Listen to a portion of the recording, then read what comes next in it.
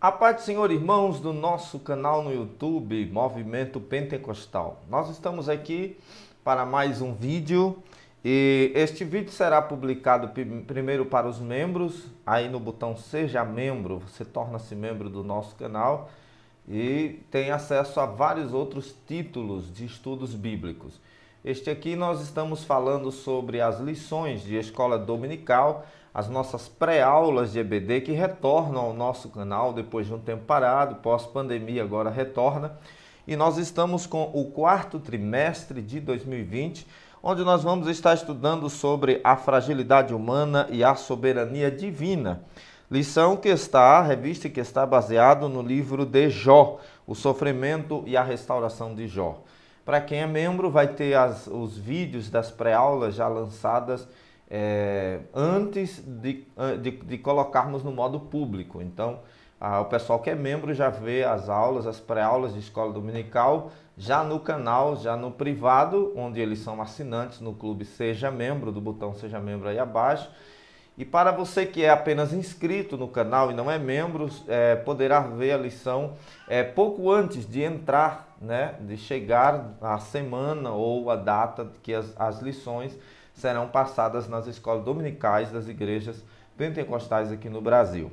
A lição que nós utilizamos é da editora CPAD e não fazemos isso por algum tipo de parceria com a CPAD, como ocorre com livros, né, que a gente vem publicando e mostrando aqui, mas o nosso trabalho é apenas de estar auxiliando também os irmãos, não apenas fazemos propaganda de livros, como também incentivamos ao estudo bíblico.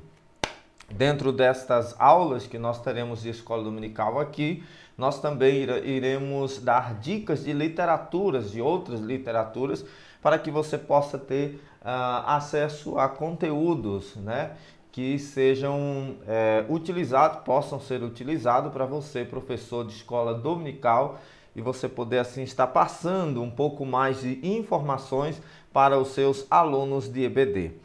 No exato momento que nós estamos estudando o quarto trimestre de 2020, o último trimestre deste ano, nós estamos com uma lição que é tanto antropológica quanto teontológica, ou seja, tanto vamos estudar sobre a humanidade, quanto vamos estudar sobre a soberania divina. Por aí pode vir vários temas, como por exemplo a soteriologia, que encerra também esses temas, porque a teologia em si, a teologia sistemática, a rainha-mãe de todas as ciências, ela vem estudando as escrituras, trazendo vários tipos de assuntos nas suas 10 matérias, trazendo dentro delas vários tipos de temas.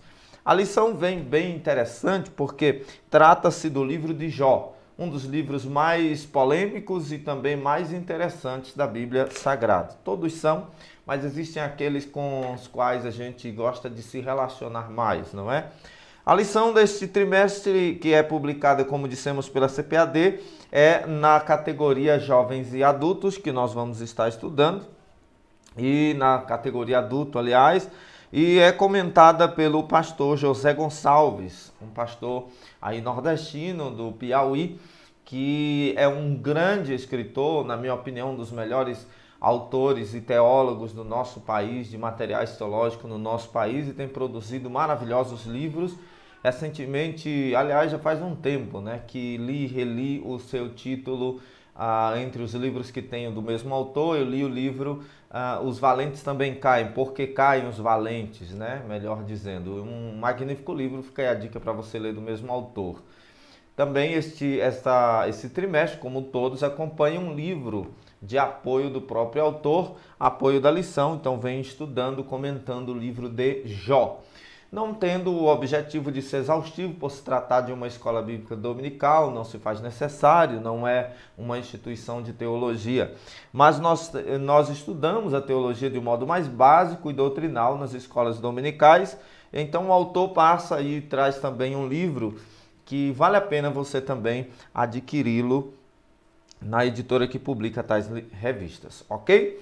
Então vamos lá, a primeira lição do nosso trimestre, nós temos 13 lições, né? Como sempre, são 13 lições para formar um trimestre, que são 13 domingos, e nós temos aqui uma introdução ao livro de Jó, que traz assim uma introdução aos temas O livro de Jó traz muitos temas, bastante temas interessantes que vale muitíssimo a pena a gente estar compartilhando aqui com os irmãos. Nossa primeira lição traz o título, portanto, O Livro de Jó.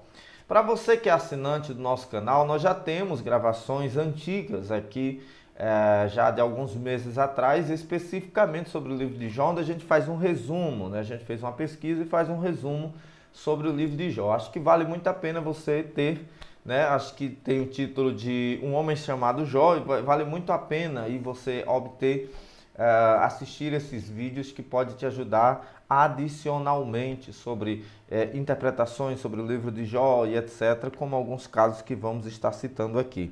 Essa lição será passada aqui, nós temos uma data que já foi ultrapassada, mas esta lição ainda ocorrerá mais à frente no primeiro domingo do último trimestre de 2020. O textório da nossa lição está em Tiago 5, versículo 11, que diz: Eis que temos por bem-aventurados os que sofreram. Ouvistes qual foi a paciência de Jó, e vistes o fim que o Senhor lhe deu, porque o Senhor é muito misericordioso e piedoso. Está aqui uma citação de Tiago a respeito de Jó. A verdade prática diz: o livro de Jó não é apenas uma preciosidade da literatura universal, mas sobretudo uma poderosa resposta de Deus para as grandes questões da vida. Nós não temos o objetivo aqui de apenas ler a lição, como sempre digo aos irmãos que nos acompanham na EBD deste canal. Nós temos o objetivo principal aqui é de trazer algo adicional, de adicionar algum conteúdo para o estudo da sua lição, para que você possa estar passando assim para os seus alunos na EBD da sua congregação.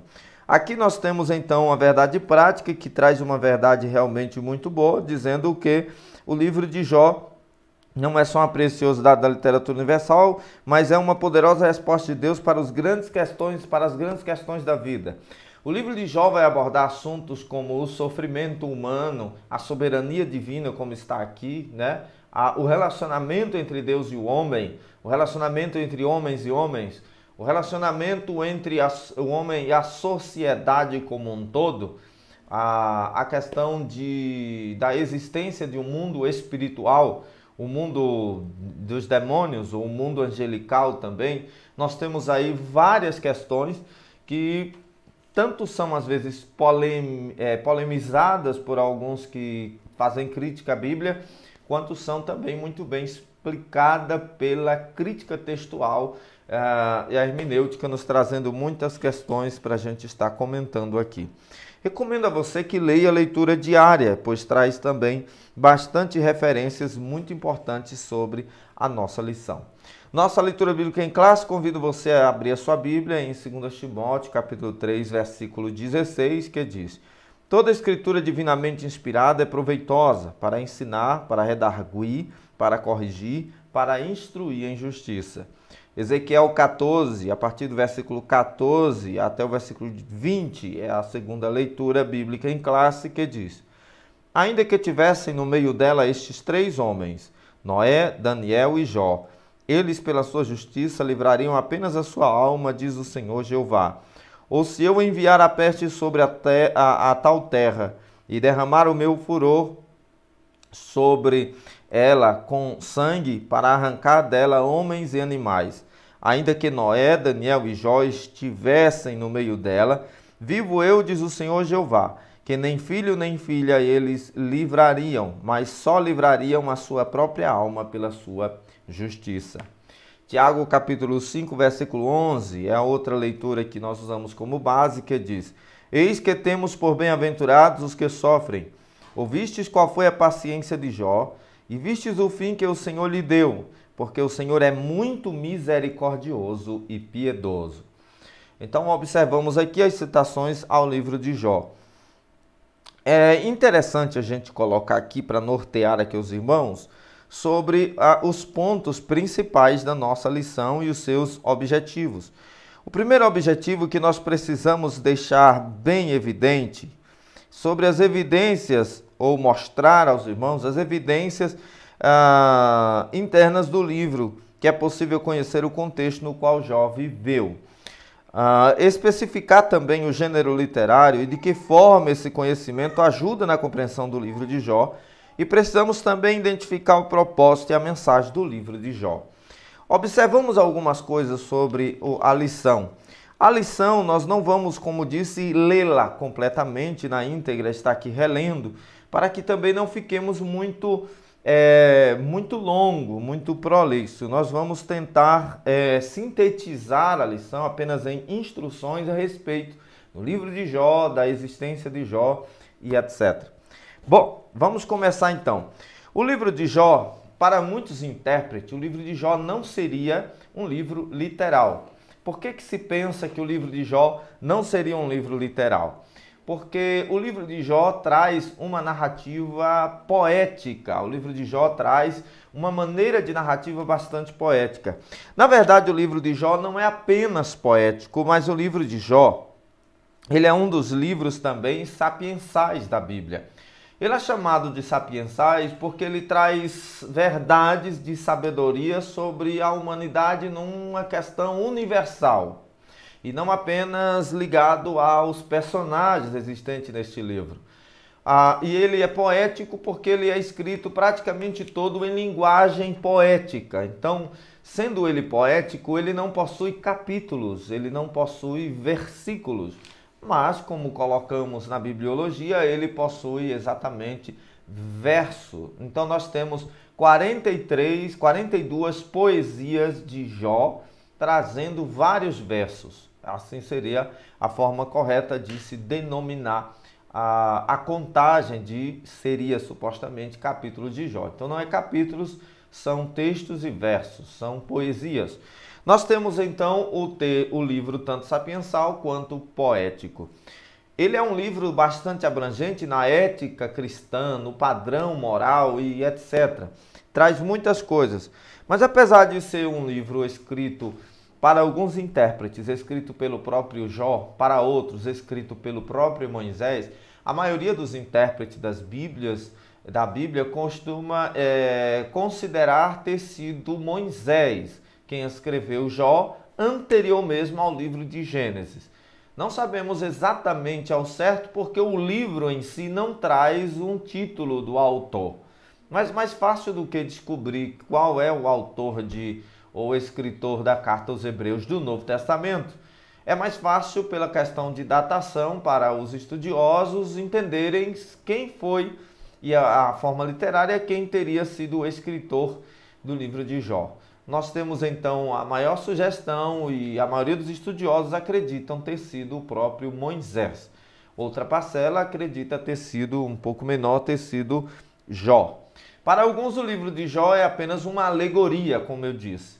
Mas o livro de Jó não é uma alegoria porque Jó é um personagem absolutamente real.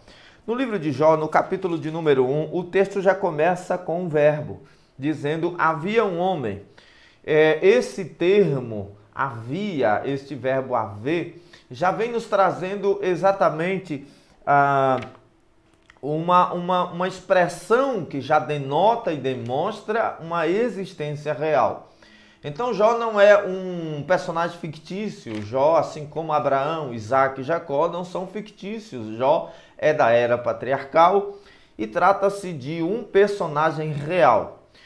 Também todos os lugares citados em Jó, inclusive sua cidade, Ur dos Caldeus, também aparecem nas Escrituras como sendo um lugar real e pela arqueologia isso já ficou comprovado.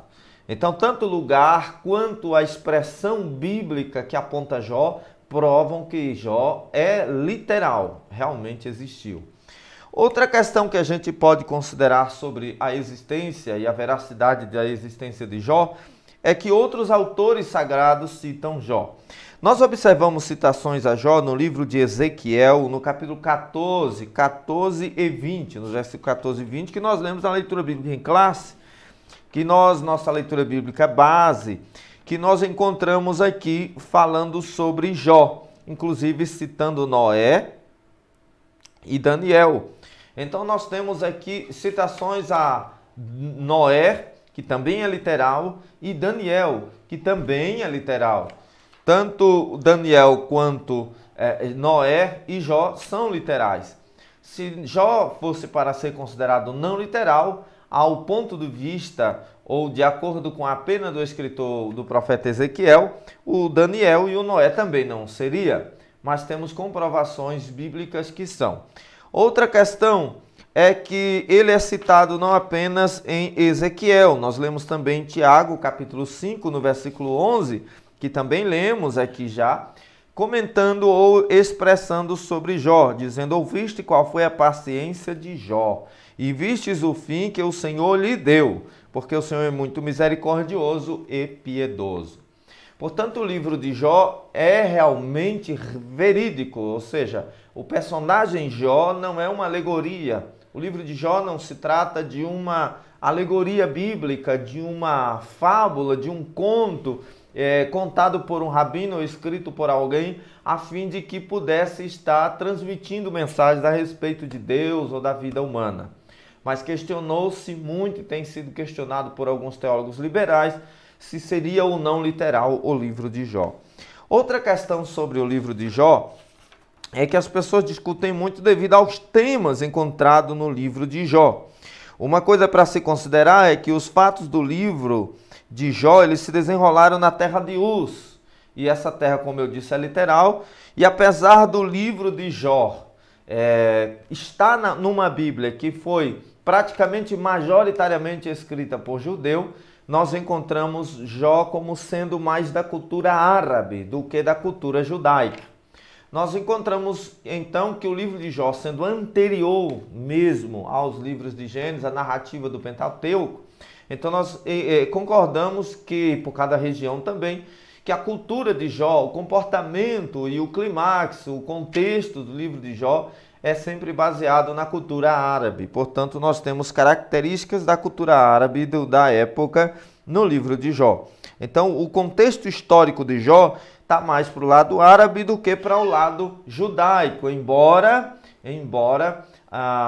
os judeus também reconheçam o livro de Jó, ou melhor, os hermeneutas reconhecem o livro de Jó como tendo características judaicas também.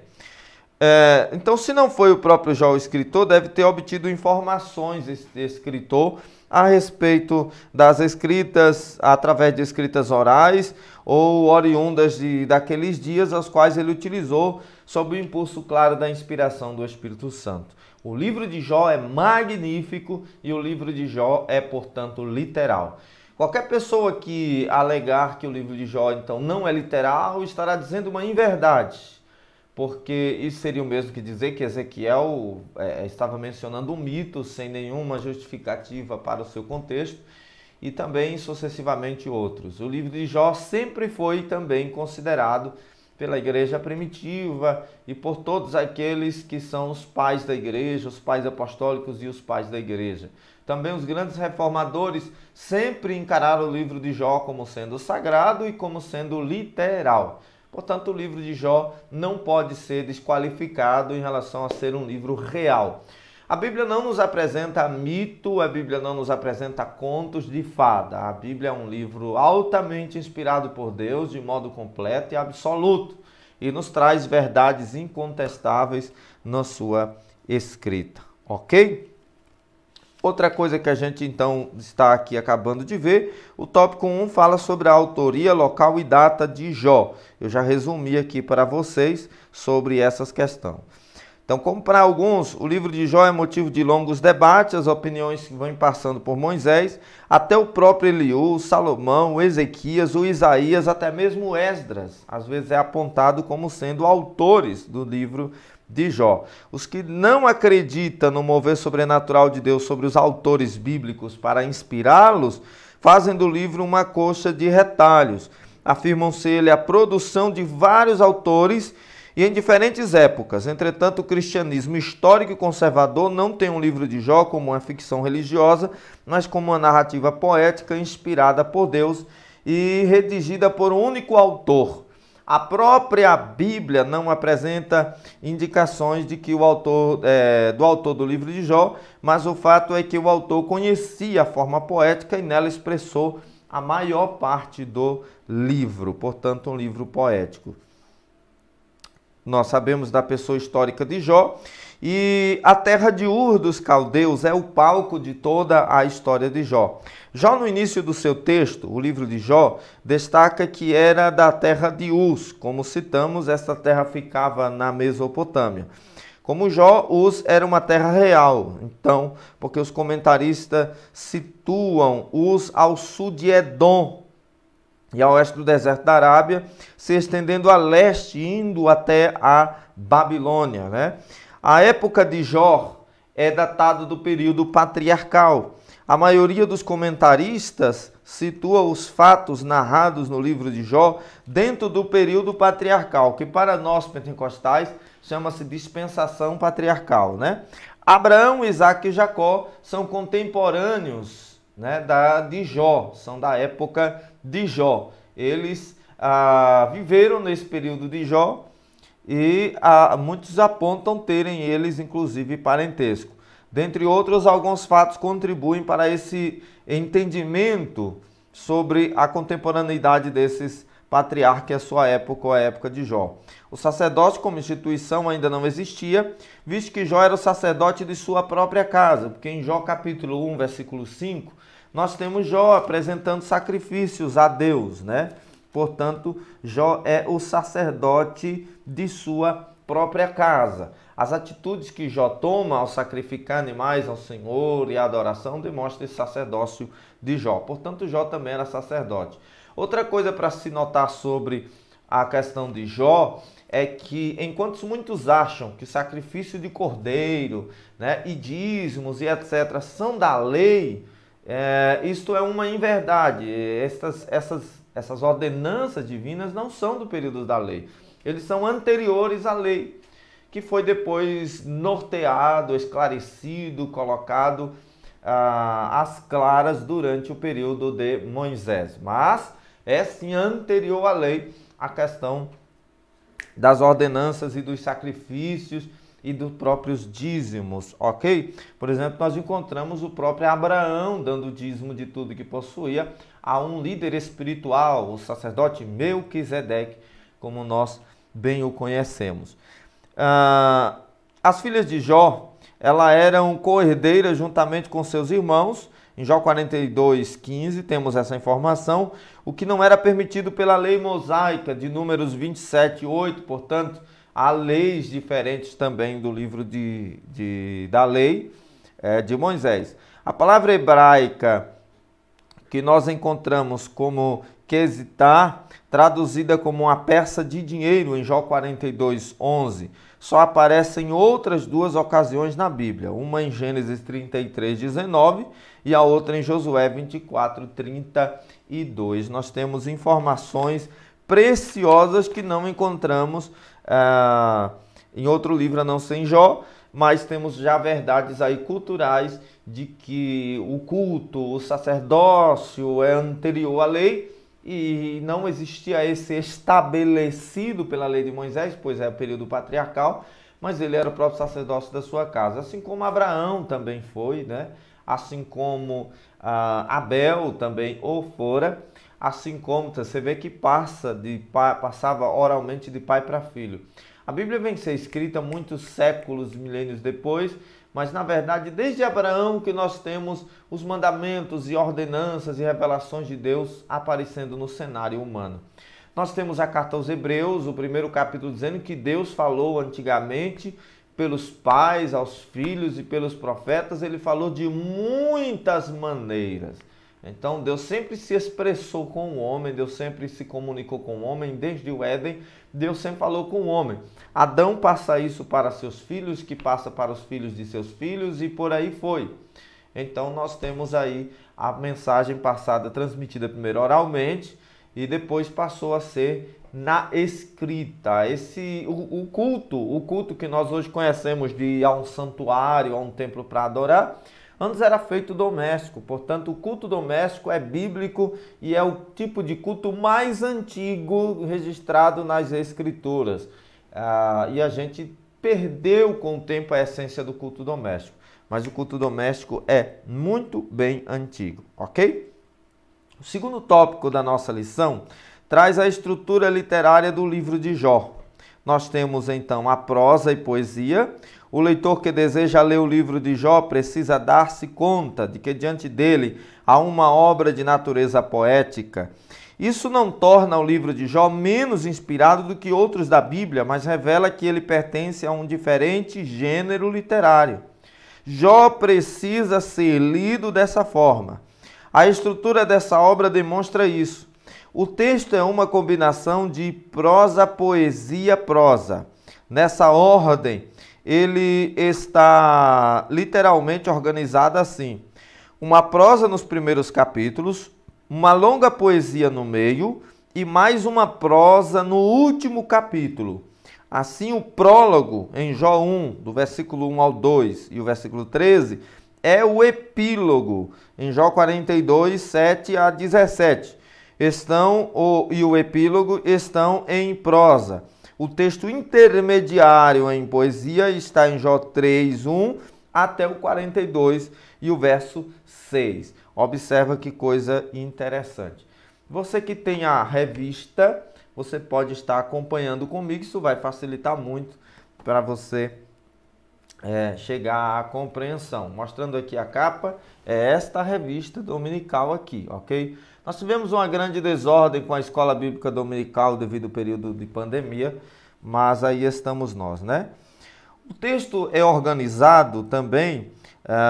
Qual a organização do texto? No texto em poesia há a seguinte organização: um monólogo feito por Jó, 3 ciclos de diálogos entre Jó e seus amigos, ele faz Bildade e Zofar, 4 outros discursos de um quarto amigo jovem, Eliú, que a gente sempre prega que é só 3, mas temos também um quarto amigo, Eliú, seguido pela revelação de Deus, onde ele manifesta o seu poder e a graça, e finalmente a humanidade de Jó a humilhação de Jó diante da revelação divina e sua restauração completa.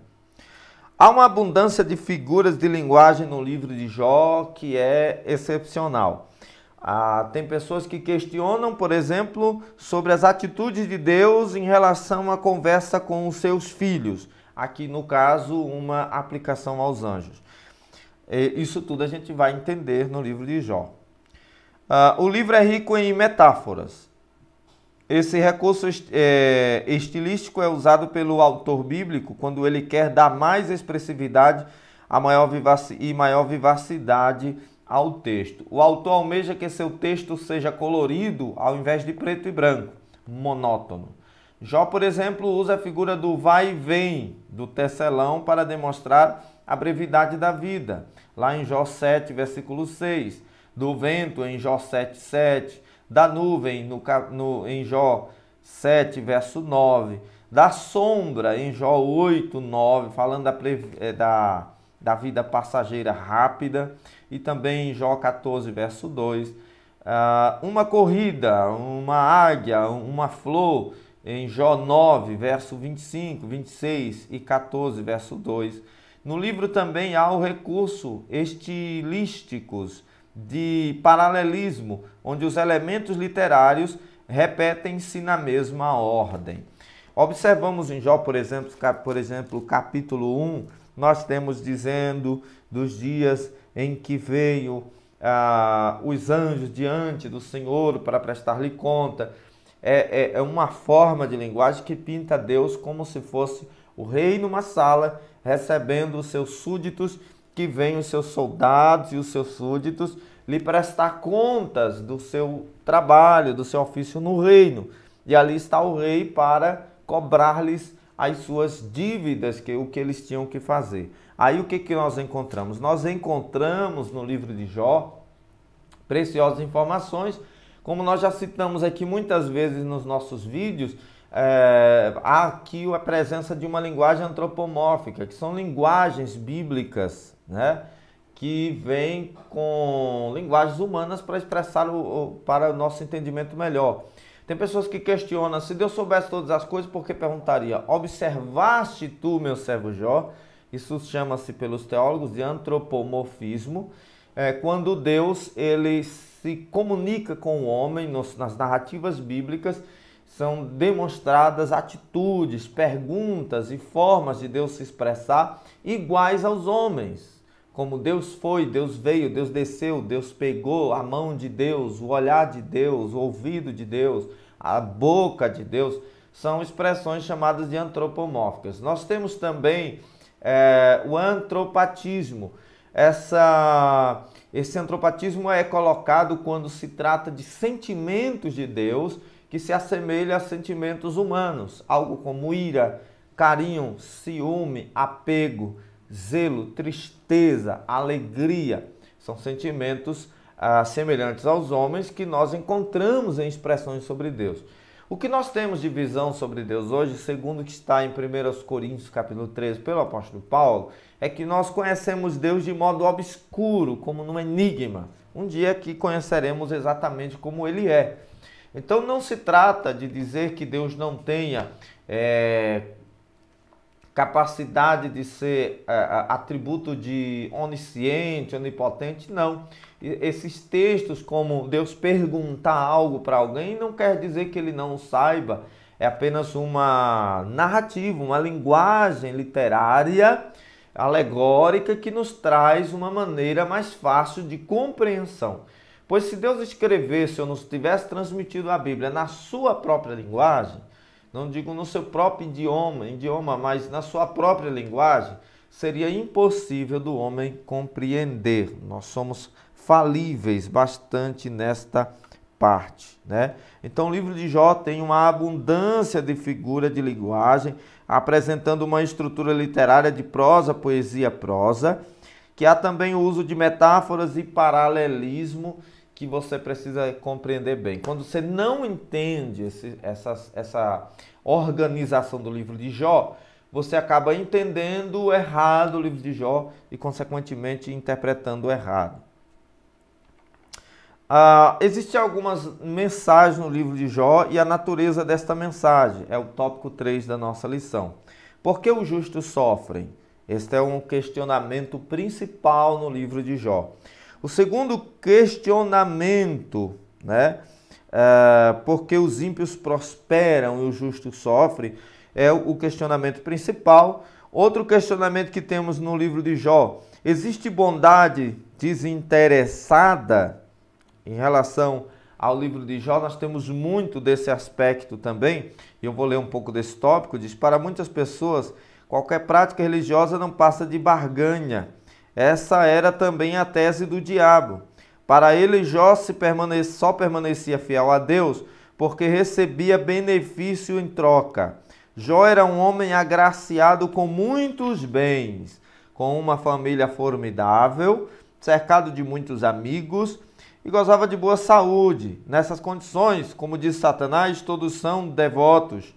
Todavia, vindo o infortúnio, a tragédia e a calamidade, será que esse fervor religioso permaneceria? Esse é o grande dilema do aspecto da visão de Satanás sobre Jó. Satanás estava disposto a apostar que a espiritualidade de Jó não subsistiria a uma prova de fogo. O livro mostra como Jó se comportou nesta prova.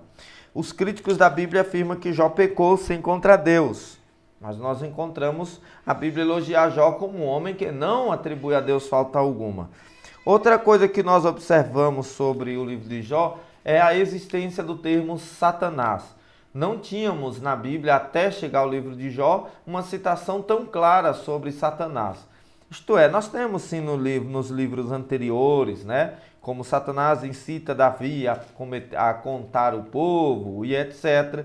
Temos o caso de demônios manifestando, por exemplo, em Saul. Temos esses casos.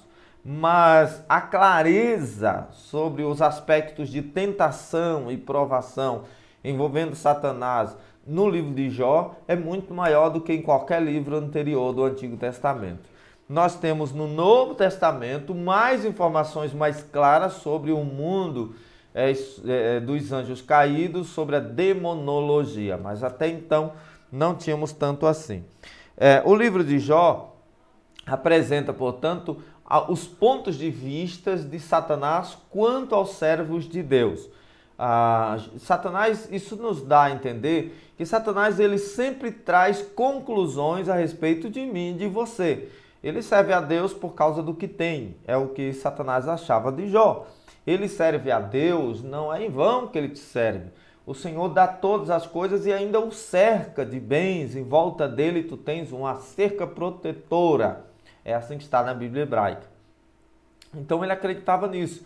Aí ele diz, mas retira tua mão, isto é, saia da frente, me permita fazer alguma coisa, tira tudo quanto ele tem e vai ver se não blasfema de ti na tua face. Então o livro de Jó começa apresentando. É importante também dizer que, apesar de Satanás ser apresentado no livro de Jó, não é Satanás o autor ou o personagem principal do livro de Jó, porque Deus fala mais do que Satanás nas falas sobre o mundo espiritual no livro de Jó. E o grande alvo aqui é relacionamento de Jó com Deus e Deus com Jó. E não tem a menor intenção o livro sagrado de demonstrar alguma coisa favorável a Satanás, mas sim sobre a comunhão de Jó com Deus e o quanto é importante passar por provações e vencer e ser honrado por Deus. É por isso que Tiago, capítulo 5, versículo 11, diz: eis que temos por bem-aventurado os que sofrem. Ouviste qual foi a paciência de Jó e viste o fim que o Senhor lhe deu, porque o Senhor é muito misericordioso e piedoso. Isso comprova também que no tempo de Tiago, que é na igreja primitiva, no Novo Testamento, o livro de Jó era lido pela igreja primitiva, era considerado como uma história real no Novo Testamento para a igreja primitiva também. Então são as perguntas principais. Por que o ímpio prospera e o justo sofre? Existe bondade desinteressada, ou seja, alguém pode ser fiel a Deus não pelo que dá ou pela religiosidade, mas por real fidelidade a Deus. Pode o homem compreender Deus? É outro grande questionamento apresentado no livro de Jó, inclusive pelos amigos de Jó. Os últimos capítulos de Jó mostram os impactos que a revelação divina tem sobre os homens, como Paulo, que foi verdadeiramente mudado quando contemplou o Senhor numa visão, em Atos 9, 1 a 17. Assim também Jó é totalmente transformado quando contempla a majestade do Senhor, em Jó 38 a 42. A questão para Jó não foi tanto o entender Deus, mas experimentá-lo, viver e experienciar Deus, muda completamente a vida de Jó. Eis uma grande lição deixada por esse precioso livro, que foi a experiência de Jó com Deus. Glórias ao nome de Jesus. Nós temos na lição dominical o subsídio bíblico teológico, eu gosto muito de comentar, que diz 7 características principais assinalam o livro de Jó. A primeira característica principal do livro de Jó é um habitante do norte da Arábia.